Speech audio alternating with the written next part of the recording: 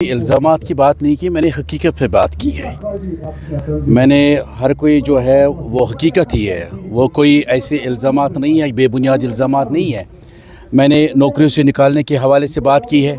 आप record check करिए, 2002 में जब मुफ्ती साहब बने तो उसी की हुकूमत ने पहले डेडवुड के नाम से सरकारी मुलाजिमों को बर्खास्त किया है। उसके बाद 2015 के बाद जब दोबारा उनकी सरकार बनी तो करप्शन के नाम पे मुलाजिमों को उन्होंने नौकरी से निकाला। और 2016 में जब बुरहान वानी का वो एजिटेशन जो टर्माइल हुआ, उसमें से महबूबा मुफ्ती साहिबा चीफ मिनिस्टर थी और उसने 16 लोगों को उस वक्त नौकरी से बर्खास्त किया, टर्मिनेट किया है। और इसी तरह से जो हमने देखा कि 1947 के हवाले से मैंने बात की है कि 2014 तक जम्मू कश्मीर में कभी बीजेपी की सरकार नहीं बनी थी। आज पहली बार जब बीजेपी को यहाँ लाने वाले जो है, इस रियासत को तबाह करने वाले जो है वो पीडीपी ही है। और इसी तरह मैंने कोई इल्ज़ाम तराशी की बात नहीं की, मैंने हकीकत पे बात की है। और एनआईए 2017 में यहाँ आया, वो पीडीपी के दौर में ही है जब महबूबा मुफ्ती साहिबा चीफ मिनिस्टर थी। और यहाँ पे अगर हवा स्टोन पेल्टिंग की या पैलेट गन की अगर हम बात करें तो पीडीपी के दौर में ही वो यूज़ हुए। तो इसी तरह से जो पीएसए का सबसे ज़्यादा जो पीएसए लगे हैं वो महबूबा मुफ्ती साहिबा के ही दौर में पीएसए लगे। और अगर जेलों से यहाँ के नौजवानों को बाहर के जेलों में भेजा गया है तो पीडीपी ने उसकी शुरुआत की है।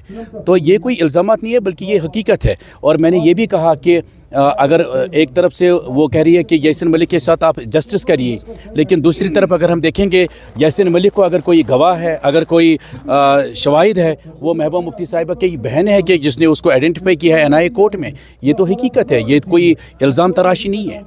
तो सर, आपके कॉन्स्टिट्यूंसी की जिसने आपने बरकाती की बात की है, अगर उनको रियायत मिलनी चाहिए, अगर पीडीपी आप उसकी बात कर रही है तो नेशनल कॉन्फ्रेंस को क्या दिक्कत हो रही है? देखिए, दिक्कत वाली कोई बात नहीं है। जब महबूबा मुफ्ती के हाथ में वो बात थी 2017 में, जब मैंने आप वो उस यूट्यूब पे भी आप देख सकते हैं, सरजान बरकाती जो है महबूबा मुफ्ती साहिबा के दौर में ही अरेस्ट हुए और पीएसए लगा। और जब उसका वो म्याद 6 महीने के बाद जब उसका पहला पीएसए जो है ख़त्म हुआ, उसके बाद दोबारा उसको पीएसए लगाने की कोशिश की जा रही थी।